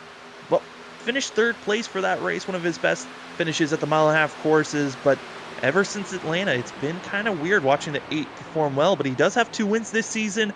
Bat that at Pocono and Michigan, draft-heavy courses. So we'll see if that of Tom Sinchek's able to come back and make a better run for himself. He's starting to close in on 11th place runner, that of James Loveland. Like you said there, last season he was looking good at the 1.5 miles, and something changed from then till now. Like you said, his 2 wins there at over a 2-mile track, really draft-related tracks, and he just hasn't found the speed here. I mean, he's fast and he's running in the top 5, top 10, but just hasn't put it all together here for this season. Yeah, I mean, when you say, top 10, when you usually think that, you're like, oh, he's running well. But because of how small these fields are, only 21 drivers shown up. We've had anywhere from 17 to 19 these last 3 weeks. When you say top 10, usually it's not the best thing to be noting on of a driver having issues. And speaking of issues, Max Foner into pit road might be calling it a day for himself. He's the 51, very aggressive into pit lane, and yeah, he is outdone. Is the 51. That is going to be another contender that we could say his night is over for going for the next round of the round of 8. Oh, man. Well, 1 out. Here we go. We still got a couple more slots to fill. It's like we're working at the casino at Kansas. Hint, hint. Oh, Billy. Hey, that was a good throw. Hey, give me credit there. I thought that was good. It was a good one. It was a good one. I just wasn't prepared for it. That was the best thing. That was the most unprepared I've ever been for any of the tosses you sent my way. Oh, man. Yeah, I wasn't even prepared for it. But, we know there's a casino right above the track here as we're at Kansas. So I thought it was a good toss. And I actually did not know that there was a casino there. I did not know that at all. Oh, there's some track history that I don't know about. Yeah, it's out of turn 3. Look at the blimp view. Where you been, man? After the race, we're going to the casino. I'm looking at the numbers. Oh, not the casino numbers, though. Oh, as we got Nick Crawford getting really loose now coming out of here, Sam, as we get back to the race. We just had a little bit of fun there. Hopefully everybody's enjoying tonight's show here. If you are, don't forget to hit that like button there on YouTube. We do much appreciate it. And also hit that share button and share it to your favorite social media platform. And even if you're going back and watching this later on tonight or your next time that you come on and watch this, do the same thing. Hit that like and share button. We do much appreciate it. But back to the action. Up front, we're seeing our top 4 going to be that of Brian Johnson, Mark Whitley, Zach Hall, Nick Crawford. You are seeing that of Zach Hall, who's been slowly making the charge forward. Started all the way back in the 12th position on this fast restart and really has done a fabulous job moving his way forward, showing that you can make some big move passes moving forward, but I think he might have hit his plateau. The tires now worn in. We're 30 laps into this stint. Drivers are starting to feel that wear and tear, and that means you're going to need a little bit more assistance if you're going to be making these dive bomb moves. But our top 5 all keeping it close within a half a second of one another. It's Johnson, Whitley, Hall, Crawford, and Kralik going to be your top 5 as drivers. Oh, issue for that of Tom Sinchek. He can make some contact, and the 8 goes extremely low into turn number 3, but issues for the 8 machine, who just needs to finish up in her top out 13, and it was 3 wide action, actually, that brought out the issue. Thomas Walters extremely slow after brushing and getting into the wall, and also having Cedric Hunter has some damage after contact with the 8. Oh, man. Yeah, you can see on Tom Sinchek's car, on the rear end, he's really dented in there now, Sam. You can see right in the center of the back end of that car, he's got some damage right there, and that's not going to help. And I don't know who ran into him. Was that Cedric Hunter? So Thomas Walter got into the outside wall, which slowed up Cedric Hunter and Tom Sinchek. Sinchek then was not expecting the extreme slow up, which then forced the 13 and the 8 to make contact. The 8 went low, losing ground. But Thomas Walter too much damage to the right side, has been forced to come into pit road. The 57, who was running well, was almost in a potential spot to just coast his way with that bubble position. Now, that 8th place spot to make it into the round of 8 is wide open, with seeing that of Thomas Walter come in, but this could be just enough time for the 57 to make it from here to the end of the race, but this is going to be very close if he could do so. He's taking tires, fuel, damage, repairs, and the 57's back out on track. Comes back out on track, but right now that puts up Maurice Gourmez up here in that 44 machine, Sam. He was right on that bubble, and now he is in front of that 57, but this 44 still has to make a pit stop yet, and we'll see when he decides to come in, but it could be coming down to these guys battling it very, very hard, and it's all about position, but right now, Maurice just needs to keep the car off the wall, run your pace, and run the race, and don't worry about what's going on around you, and just keep that 57 behind you. Well, yeah, keep him behind him, but also you got to make sure you're in front of Aaron Kralik. Kralik would technically be taking that 8th place spot because he's only a few points out, and right now running in 5th place. So Aaron Kralik's in a prime position if everything works out. But this is where things change. I noted on Atlanta being our first mile-and-a-half racetrack where Tom Stachek came up shy from that win, but we had 2 other mile-and-a-half races. We had Las Vegas and Homestead. At Las Vegas, it was Nick Crawford able to hold off Cedric Hunter and Zach Hall when they were running on top of one another after pit stops were made. But it was at Homestead where Vincent Sora, on our last race of the regular season, found himself with a pit strategy that gave him a large gap over many of his other competitors that got him the win at Homestead.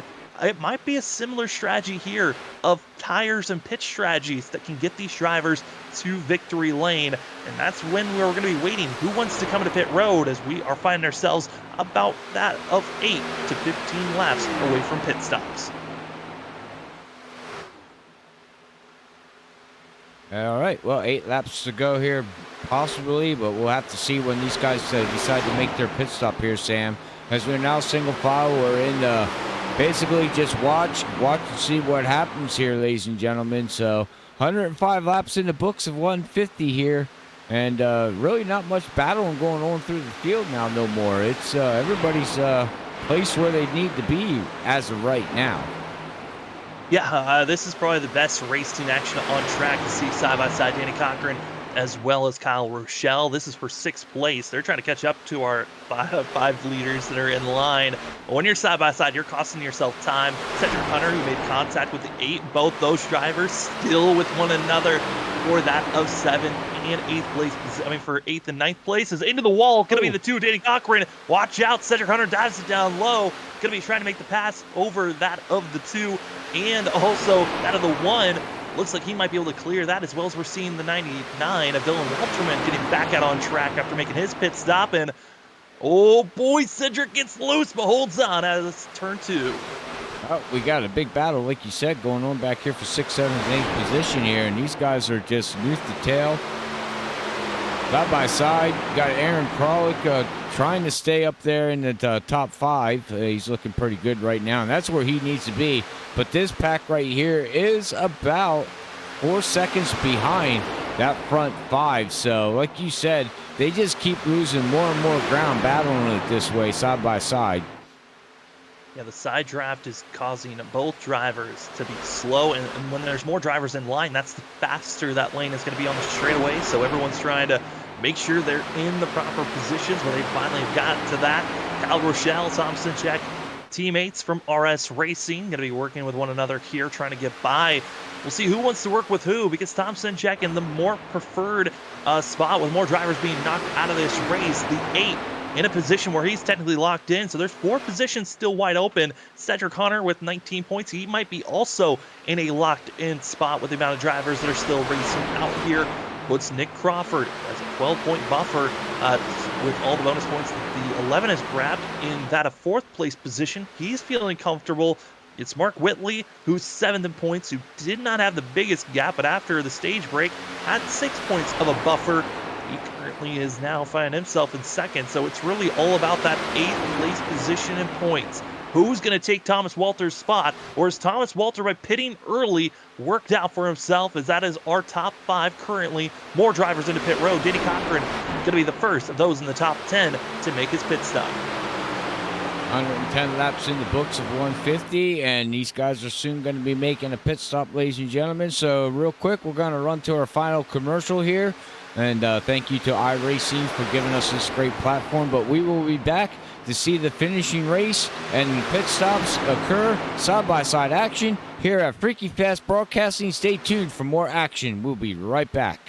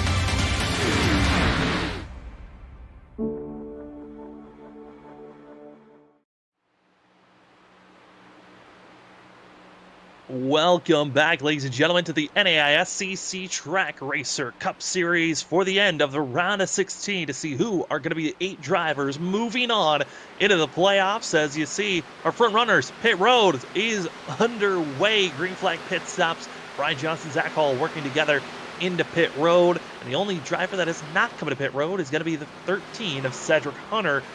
Right now, whole entire field has all come in. Thomas Walter was one of the first drivers to start this 17 laps ago, As you see the 15, Vincent Sora now taking off from his box, and gotta say, it's been a wild night. Stage 1 gave us drama. We've seen plenty of other playoff drivers be caught up in issues, but here tonight it's all about who's moving on to the Elite 8. Already, we know Vincent Sora, Brian Johnson are locked in. Zach Hall was locked in after Stage 1. Believe Cedric Hunter and Tom Sinchek both looking good to be locked in with the amount of drivers that have been taken out of tonight's race. Nick Crawford still needs a solid run for himself. Same for that of Mark Whitley. Thomas Walter, though, he's in a questionable spot, bubble position, if he's even going to be having a good enough finish. His goal, be in front of Maurice Gomillion and Eric Kralik. If he can't do that, he will not be moving on. My name is Sam Dyer. With me is Robert Moyer, who's also running productions. Robert, we're coming to 30 laps to go, and it's now the drama's on. Who's going to be able to make it to the end? As Cedric Hunter is still not coming to pit road. That is going to be the question, Sam. 30 laps to go here. Everybody's making their final pit stop for the night. Hopefully, fresh tires, got their Sunoco fuel, and now they're going to go out here for the next 30 laps and just see what they can do. But like you said, as that call's getting a little loose on them new tires, you got to get these tires heated up. But Thomas right now is still a lap down yet. He's got to get Cedric Hunter to get in the pits, and he's pitted on lap 100, and we're on lap 122, so he's already got 22 laps on his tires. I don't see this working out for this 57. I just got a funny feeling, Sam, he's going to have to start banking on hopefully a yellow and get a wave around, possibly. Yeah, I mean, for that of Thomas Walter, he came into pit road after an incident, lost a lot of time and ground, decided, you know what, the window is just opened up. I'm going to come in immediately when I can, which has put Thomas Walter now, technically would be, after seeing 13 coming to pit road, should become our leader, but he's got a lot of hungry driver behind him. The 14, Jesse Thornick's going to be trying to make the pass. As the 5, Dakota Moniz, slow a lap down and going to be clogging up the 57, trying to help him out, but Jesse Thornick's now going to have a great run. But don't look now. Here comes the drivers with fresher tires. It's the 77, Mark Whitley, Eric Kralik. They're getting in the mix. Wow. There goes the 77, showing the better tires and just blowing by the 57 like he was nothing. Wow. They went by him like 20 miles per hour, man. Look at Aaron. He's like, beep, beep, coming through. Look out. And Thomas is like, oh, man, this ain't good. Eric Kralik needs this run, and his goal, just stay in front of the 57. And with Jesse Thornick's now making the pass, Eric Kralik would be that 8th driver moving on to the next round. So this is very important for the 0-1 to make sure that he continues to run well. But they've also got to be a little bit concerned because Brian Johnson, Zach Hall, they're working together, and they're just about a second away. You see them there. It's the 28, the 32, tandem drafting on the straightaways. They're coming with a head of steam, trying to make sure that they're the lead drivers in front of Mark Whitley and Eric Kralik once this full pit cycle goes through, as Cedric Hunter has still not coming to pit road. That's shocking. Cedric Hunter pitted on lap 67, and I'm not sure what he's trying to do out there. I guess he's maybe trying to bank it on a yellow. I mean, that's the only thing I can think of now, Sam, because we're down to 25 laps to go. If he pits now, he's not going to utilize them tires the way they need to be. So I don't know what his game plan is, but we'll have to see what we'll wait and find out. It's been an interesting time of trying to figure out what the 13 was going to do. I mean, there's been a lot of questionable calls throughout tonight, but we've also seen those loose conditions out of the corner. It has been very hurtful for a lot of drivers, getting a lot of damage. Would not be surprised if a late caution comes out, and see the 94, that of Sean Hutzstutler diving it down into pit road. The 99, that of Dylan Walterman, still trying to just putter along, as you see the 99 staying low and out of the way. But I got to say, Robert, watching these drivers now, where everyone lies currently, our top 8 that came into this, top 8 that came into tonight, usually after the round of 16 is done, the top 8 usually stay the ones that are moving on to the next round. This is one of the few times where we might be seeing a driver get moved out, and that's really an odd thing to see sometimes with these drivers, as Thomas Walter was that bubble driver in 8th place, needed a solid run. But Eric Kralik, defensive blocking. Hey, you might want that position just based off of the good, saying you're in the top 3. But for that of Kralik, you do not want to throw your race away. You're in the prime position to move on to the round of 8 if you do not put yourself in a silly situation. Yeah, that is correct. I mean, if he falls back to where he was when he made his pit stop, he's going to look at Nick Crawford, should probably get around him yet, and then he should be able to settle in as he's got to sniff the draft of Zach Hall there. But Mark right now is going to get pounced right now from that 28 and 32 machine, and Brian Johnson's going to look on the low line. He's going to maybe drift up, or is he going to stay down and help his partner? Nope, he's going to stay down and try to pull Zach Hall around Mark Whitley here, but Mark Whitley's gonna battle hard in a harpoon design machine. Yeah, I mean, Mark's trying his best, but there's only so much you can do. 2-lap difference of freshness of tires, and you can just see just 2 laps, Robert, and they're already the 77's able to defend, but he's keeping it close. He's at least keeping it racy for second, but for the lead, it's already gone. I mean, Mark Whitley's got a lot of work, but he's got to be careful. Getting tight out of the corner, drifting up, and whew, almost dumping into Zach Hall, and luckily our top 3 are still in a good spot as they continue to race along. Cedric Hunter out there for 62 laps on tires and fuel. Last time 13 came into pit road was at our stage 1 break. 13 is still out there on track, hoping for yellow to come out. At this point, I mean, what a great job for at least staying out there with fuel saving, but Cedric Hunter, when he comes into pit road, he has got to be careful because he's lost so much ground. I don't know if he's going to have enough time to even make up, enough positions to say, hey, it was worth me staying out here as long as I did. Oh, that's it. I mean, we're down to nitty gritty, and I'm not sure what. Again, we noted on it before earlier. I don't know what his plans are, but right now we're just going to pay attention to that third place and fourth place position. Mark Whitley is all over Zach Hall. Zach Hall looks really strong in 1 and 2, Sam, but he is struggling coming out of 3 and 4. I'm not sure what's going on with that 32 machine, but he's not looking too hot coming out of this turn. You can watch him right here. Mark Whitley should probably catch up to him here.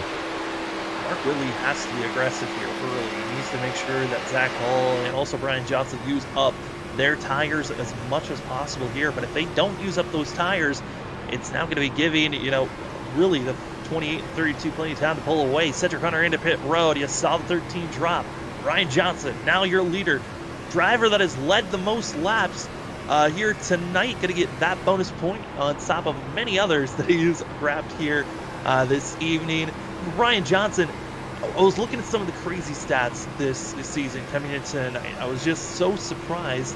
Brian Johnson coming into the night, Robert, has led over 100 laps more than the next closest driver, which was Vincent Soar in the 15. Really? And after tonight, that gap is going to grow even more. It is incredible to see as Brian Johnson, before tonight's race, had led 549 laps over that of Vincent Soares, 428 laps. And then it was 300 laps led by Tom Sinchek. And the next closest was Cedric Hunter with less than 100, with only 90. Our top 3 drivers this season have been dominating every course they go to. That's an interesting stat that you just brought up, Sam. I'm hoping everybody out there that's watching enjoyed that stat because I didn't even know that. That was interesting stat. Wow. Are we seeing a Jimmy Johnson again here, maybe? I mean, he dominated like this last season. Look at season 3. I mean, Brian Johnson led the most laps that season, won 7 races, but came up shy of the championship race. That has been what this playoff system kind of changes. And Brian Johnson, yes, he might be dominating during this round of 16, most of the regular season, but that championship race is when it really matters the most for this 28 team. And for practically our whole entire top 4, you could say, they are all thinking championship race, got to make it there. And then it's all on Chicagoland. How much practice can you put in? Can you make sure that you're the fastest driver? Last season, it was Cedric Hunter who, throughout the whole entire championship week, we just heard rumblings. He's the fastest driver. He's going to win the championship. Watch out. And he did that, even with the lap 1 scare for the 13 back then. But coming into this season, it was complete unknown. We saw so many different drivers. It wasn't always dominated by Brian Johnson.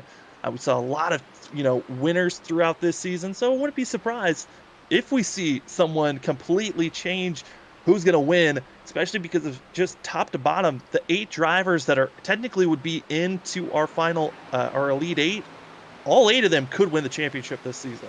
Very true, very true. And not only that, Sam, The last race of the championship is going to be at Chicago. I don't ever recall calling a championship race at Chicagoland. So that's very interesting. We knew last season Hunter, would be fast at Homestead. We know he's Cedric Hunter's pretty fast there. And you watching the past here at Freaky Fast Broadcasting, you know that he was strong there.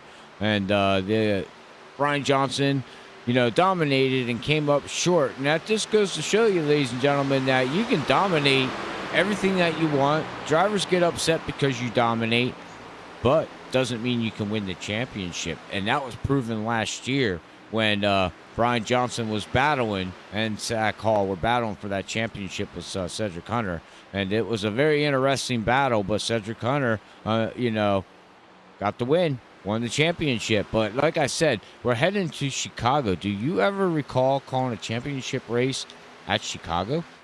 No, and that's kind of what the fun thing about the NAISCC Cup Series is that they change up what the last race is going to be every season. It's not a consistent, this is what NASCAR does, this is what we're going to do. It changes up year to year on what is the final race, and I've never called a Chicagoland race before, but I know for sure I'm going to have to look back at the past of see who's performed here well before. But those numbers really aren't going to mean much because back in previous seasons, the aero package was so different. The cars were so different back then. But Chicagoland was Tom Sinchek's race. He dominated there, won, found himself getting the win at Chicagoland by leading 138 laps for that race. We'll see, as that was the last time that Tom Sinchek won a race at Chicagoland, and that season was season 2, the last time that Tom Sinchek won a championship. So it's going to be interesting to see as we see the 57 of Thomas Walter came in as our bubble driver back in 10th position. Not good enough currently. He's going to need a caution if he wants to get back into the mix of things here for a chance to move on to that of the Elite 8. Currently, on where the drivers run, it's Aaron Kralik in 5th. That would take that 8th place position where all the drivers run right now. Vincent Sora, who was locked in by last week's win. Brian Johnson locked in by points. Zach Hall locked in on points. Tom Sinchek locked in on points of where he lies. Cedric Hunter, even with his very odd strategy call, because he has so many points, also would be good to move on to the next round. Nick Crawford running in 4th is good to move on to the next round. And Mark Whitley in 3rd, also good enough, with Aaron Kralik taking that 8th place position. 9 laps to go.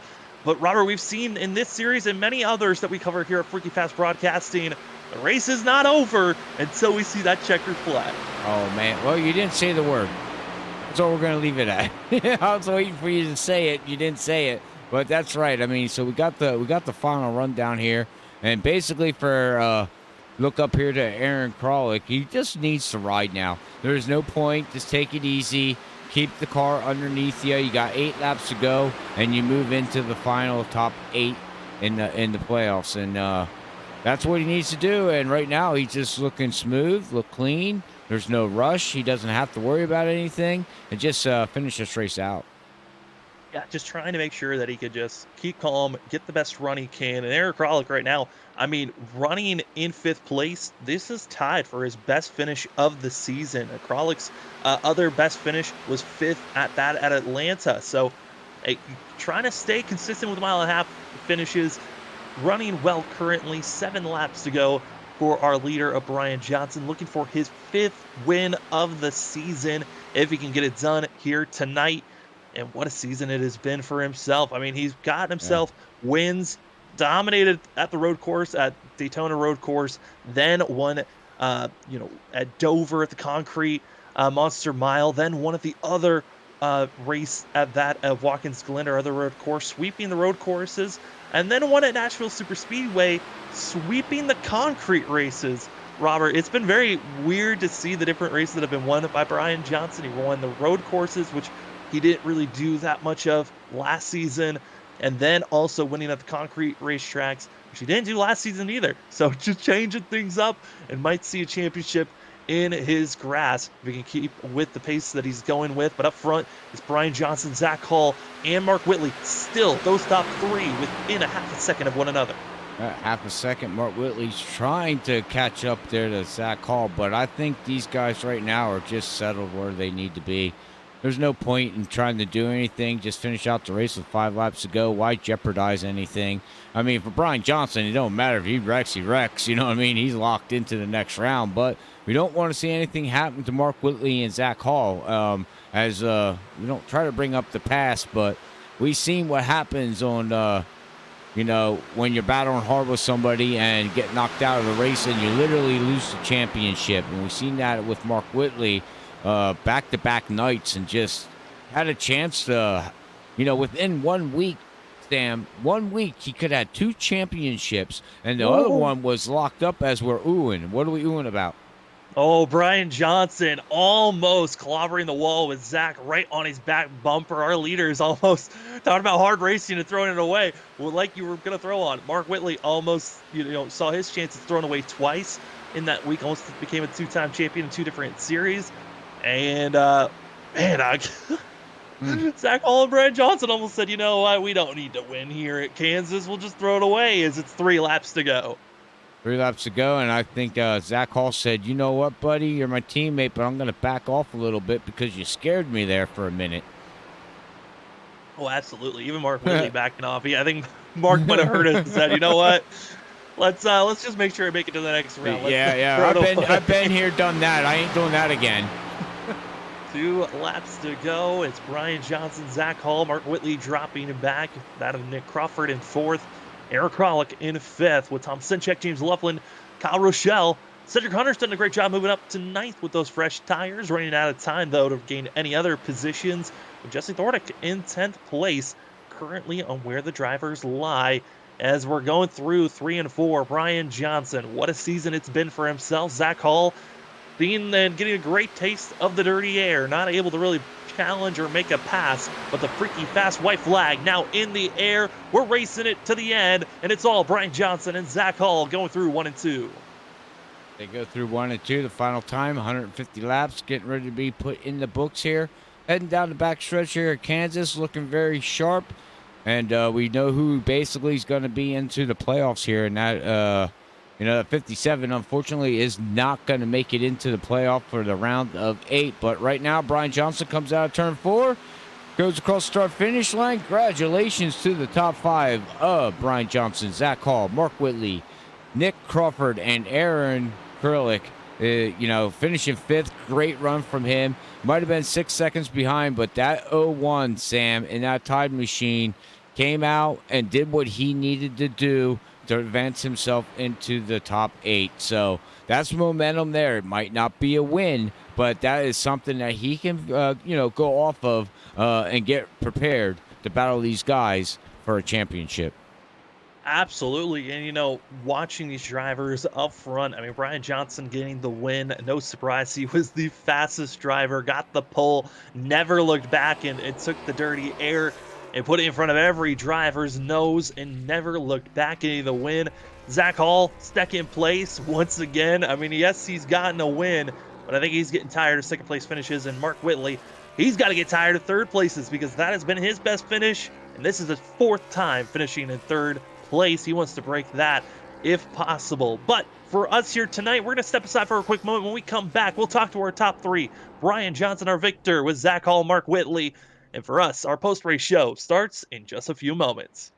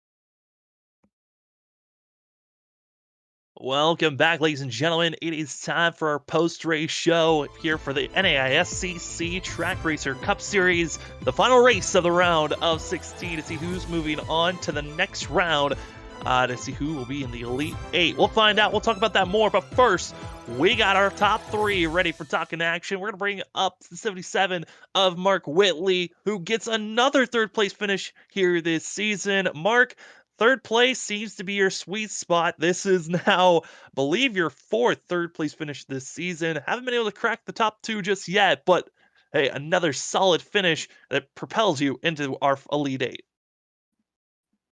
Yeah, I feel like we had good speed all night. I think me and Brian probably were the two fastest cars during the race, and it was just a matter of who could stay out in front. And this draft was such a big deal, and the outside line was pretty much after you get 10 laps into a run, that was where you had to be because you get such a run off. And I tried something different with the strategy, trying to undercut a little bit, and they pitted a couple laps later. I thought we'd have a little bit bigger advantage, but working against teammates, especially with this package, it can't really do much when they're sitting there drafting each other, pushing each other down the straightaway. So I mean, I'm just sitting there just trying to hold all I can. And there was a couple times I got runs. I thought I could maybe try to pass Zach, but I figured if I got any kind of run on him, Brian would probably just go with him. So I was just kind of trying to ride there behind him, and then toward the end, I was trying to start pushing a little bit, getting up on Zach, maybe trying to see if he'd make a mistake, and it just got.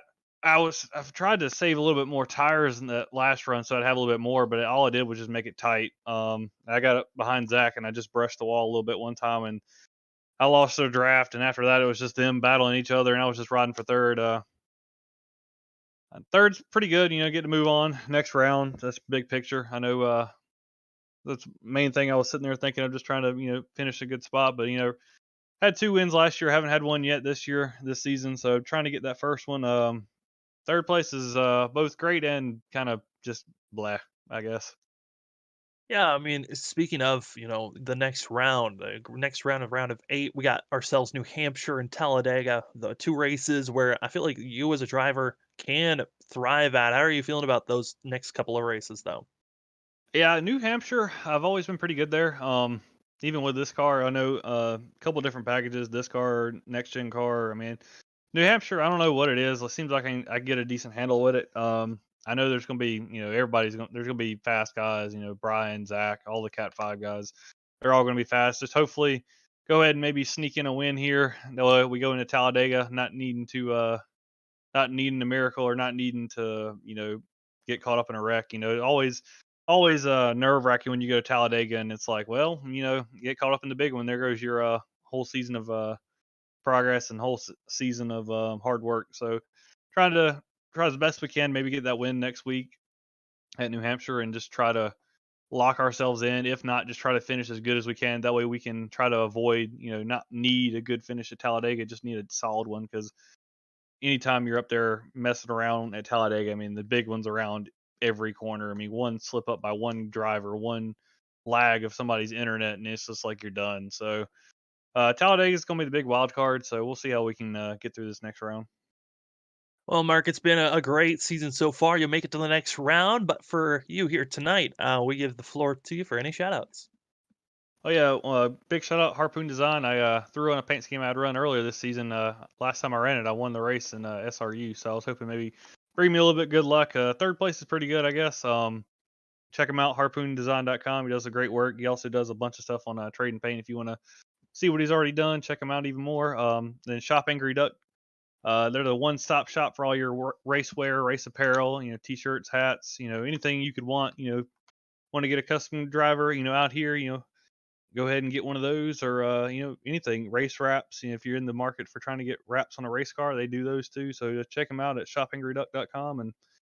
And big shout out to my family. They're always a good support group behind me. No matter where I finish, they're always texting me after the race, telling me, good job, or better luck next time, or however you want to look at it. Always nice having them. And then the league putting on a great race tonight. It was a pretty green flag. We had like one or two kind of quick cautions, but other than that, this race went green for the vast majority of it, and it's a pretty good run. Car count's a little bit lower, but that's kind of how you get when you get in the playoffs. And one final shout out to y'all guys putting on a great broadcast. Should be fun to go back and watch. Y'all A iRacing broadcast all the ways. Well, thank you for thanking us, Mark. You guys put on the best shows for us to be able to cover. And for tonight, that is the 77 of Mark Whitley finishing third in that Harpoons design machine. Congratulations, Mark, on third place, and good luck going into the round of 8. All right, thanks, guys. Later. And we bring in one of the teammates from Category 5, Zach Hall, who just got to follow really for most of the stint, then had a chance to try to make a pass, just wasn't enough time. And Zach, second place is it's a place that I feel like you feel pretty comfortable with at this point. But how frustrated are you that you just keep on finding second place for yourself? Yeah, I guess things could be worse. Yeah, I think the fifth one this season or something like that. I don't even know at this point, man. It's tough. I think I had a really good race here tonight. It really just kind of kept setting myself back for some reason. I don't. I personally, it was such a race that I kind of forgot everything that's kind of happened in it. So it was just a really weird one tonight where I felt like I had a lot of long run pace. If I could just get there, I finally got the second there at the end, and man, I wish I would have capitalized on one of Brian's mistakes there at the end. I went way too much into teammate mode. I need to I need to start thinking about putting myself in victory lane instead of second place, and probably should have took the chance to maybe. I mean, I might have fell back to third with taking the chance there when I had to run one time, but man, it's still good. We'll go into the next round, and I just think I just need to turn these into victories though if you're going to get the championship because they don't at least here they don't pay out for championships for finishing second. So. Yeah, I mean, Zach, we now know that you are officially locked into the round of 8. We got New Hampshire and Talladega, two kind of wild card racetracks where we've seen really anything can happen last season. How are you feeling about this next round? As it's going to be yourself and a lot of very strong competitors in this next round. Yeah, the next round. I mean, the first round was really tough. They're just to make it through 2 races and cut off. It's really tough on the drivers and stressful. And with those 2 tracks looming, that just amplifies it. Times 1,000 in my opinion. We got New Hampshire coming, and that place is a mixed bag for me. I feel like I could run good there, but I also could run bad. So it's one of those places where we'll just have to see when we get there next time. And then Talladega to end it all off. I don't. I think the package has been updated. We don't. We'll have to see when we get there. So if it's an updated package where it's a little more wild racing, it's going to be a little more cutthroat. And you never know about making that Final Four. There's so many tough drivers here in this Final 8, and if I can get back to the Final Four, I'll be happy. But with those 2 races, you can't knock yourself if you go out there and have some bad luck in 2 races in a row. Absolutely not. Well, Zach, before we let you go, the floor is yours for any shout outs. First off, as always, shout out to you guys up in the booth. Guys, great friends with myself, and it's just always a pleasure to go back and listen to y'all commentate the race here that I get to run in, and it's always a good one. So, and then also shout out to the league here, the Cup Series. It's been a grueling battle down to the end of this season here. I think it's going to get pretty epic here. Hopefully, we can maybe get a few more cars out there to spice it up a little bit here in this next round. But man, it's been a good time here at Kansas. So shout out to all the guys out there on track and the admins here who help run the league. And then last but not least, shout out to my teammates. They know who they are. There's a great group of guys worked together great all night. And then shout out to Brian. He's got to stop that guy from winning because his head's just getting too big. We're going to have to stop something about that. So hopefully we can, but congrats to him. And thank you to everybody that tuned in tonight. That's going to be the 32 Category 5 machine of Zach Hall. Going to be getting second place here tonight. And good luck, Zach, going into the Elite 8. Thanks, guys. And now to Victory Lane. We've talked to him plenty of times this season and last season. It's going to be that of the 28 machine, that of Brian Johnson, making it 5 wins this season, his 4th pole of the season, going coast to coast. Brian, congratulations on the win. This seemed like this wasn't the hardest one of them all, but the racing action did seem quite entertaining from our point of view. Well, yeah, I ain't gonna lie. Golden Knight was get the clean air and keep it, and that's what we did. And if you had the clean air, there wasn't a whole lot that was gonna stop you. So, yeah, just I keep everybody behind me, and with this package, the way the dirty air is and the draft, if you have help, you can pass people, and if you put dirty air on the guys behind you, then you're gonna keep that position. So Yeah, not gonna lie, it was it was pretty easy to keep the lead there. But at the end of the race there, when I see that 32 behind me, anytime Zach Hall's behind me, I know I have to bring my A+ game. I can't make even just a small mistake, or he's gonna be there to pounce. So while it was pretty easy to keep the guys behind me there tonight, the last 10 laps were a little bit hectic for me because I never know what Zach has got up his sleeve. But luckily, we were able to come out with a win tonight. And a win you certainly did. Your 5th one of the season, but just in a blink of an eye, our round of 16 is over. We're now heading to the round of 8 for our Elite 8. You only got 2 races to make it to that championship race. How are you feeling about these next 2 races at Homestead? I mean, that at New Hampshire, excuse me, and Talladega. Well, when it comes to New Hampshire, I got to do what I did last time, which is win, because I don't want to go into Talladega not locked in. So got to win next week, so we can just kind of coast through Talladega, and if we get involved in the big one, then it doesn't matter. But if we don't win at New Hampshire, then it's going to be really micromanaging those points at Talladega next week, really trying to stay out of trouble, and hopefully that can happen. But with Talladega, you never know what's going to happen. I wouldn't be surprised to see the Final Four being, the guys that, don't have the most wins or the most top fives or the most top tens. It all depends on how all of that kind of plays out. So yeah, goal is to win New Hampshire, and then we don't have to worry about any of that. Well, it's going to be exciting for us, that is for sure. Starting off next week, the round of 8. But Brian, before we let you go, the floor is yours for any shoutouts. As always, just got to thank you guys. Guys do a fantastic job, and got to thank everybody who tuned in tonight. Everybody at the league, good racing tonight. A lot of green flag laps, so that was pretty cool. Got to thank all of my teammates over at Category 5, and it just got to say real quick to Zach Hall, my head's not that big yet. Okay, so you ain't got to say my head's that big, but other than that, that's all I've got. We'll see if it gets any more enlarged if you get a championship. I think that's when Zach's going to be most concerned. But Brian Johnson getting the win here tonight, marking it number 5 this season.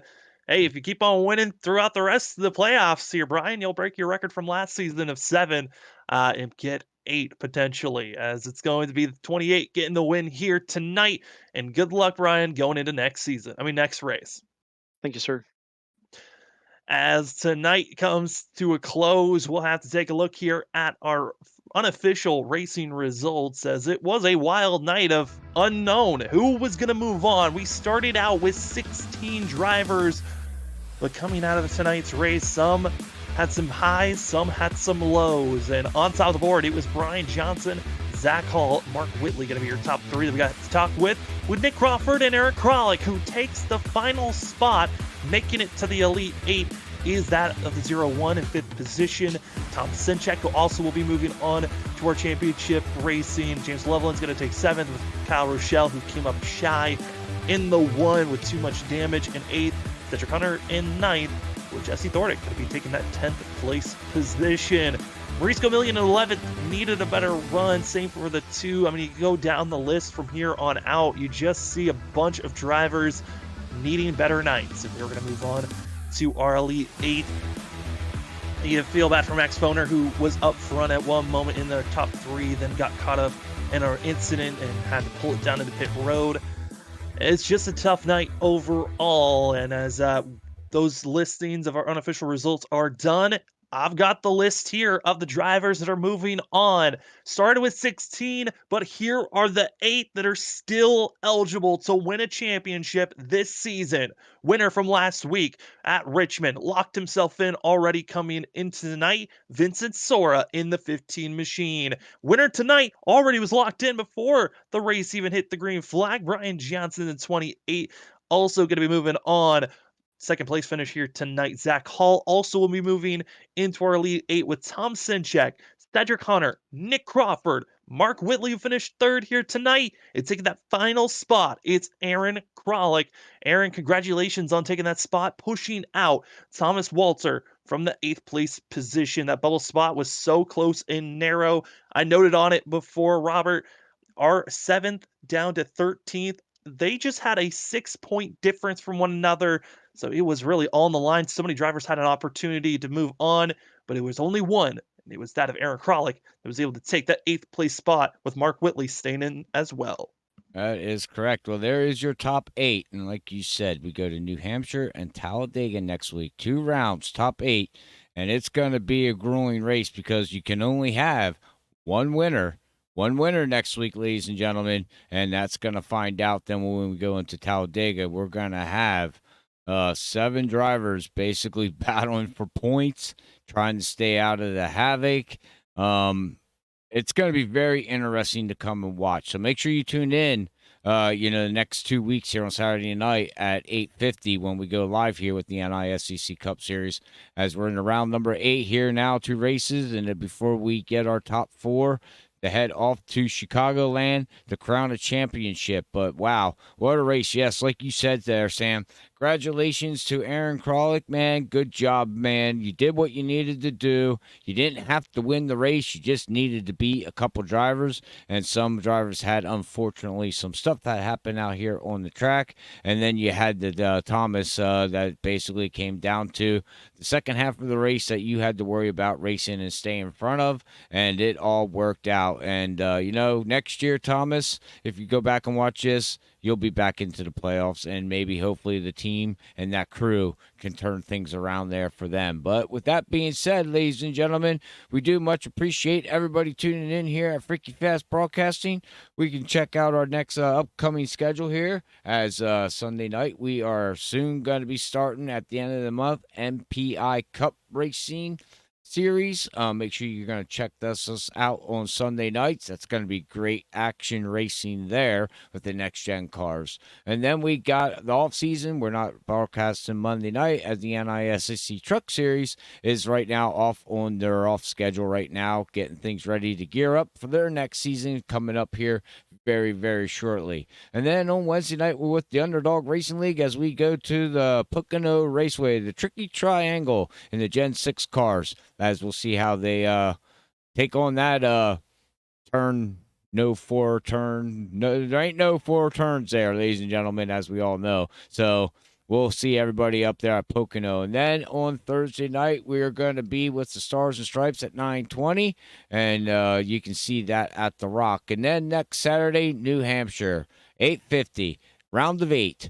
Well, we'll see what happens there, as that's going to be a fun track. So that is our upcoming schedule here at Freaky Fast Broadcasting. Hopefully everybody tunes in throughout the week and comes out and watches us. And the best way to do that is to hit that like button, hit that subscribe button, and get that bell so you get all the notifications when we go live on YouTube week in and week out here at Freaky Fast Broadcasting. And if you don't mind, shoot us some comments down below in the comment section, and we will reply back to you and chat about the race or whatever you want to talk about NASCAR. We do much appreciate that. But with that being said, Sam, do you have anything else that you would like to add here before we sign off here from the virtual side of Kansas? Congratulations to the drivers that moved on to the round of 8, and good luck, because this next round is so much harder than what you just dealt with. I mean, Robert, I think you can agree. Richmond and Kansas, yes, they're a handful, but you're going to New Hampshire last year's regular season finale where there were sparks, fireworks, and you never knew who had a chance to win. And then you go to Talladega, the true wild card of the playoffs. Good luck to our Elite 8, and congratulations to whoever can make it to the Championship 4. That's right. Well, like Sam said, good luck. Congratulations to the top 8. We'll see how that all plays out here in the future. But with that being said, here from Freaky Fast Broadcasting, we do like to say thank you again to everybody has tuned in. But with that being said, like we always like to say here at Freaky Fast Broadcasting, God bless everybody. We love yous all. Peace out.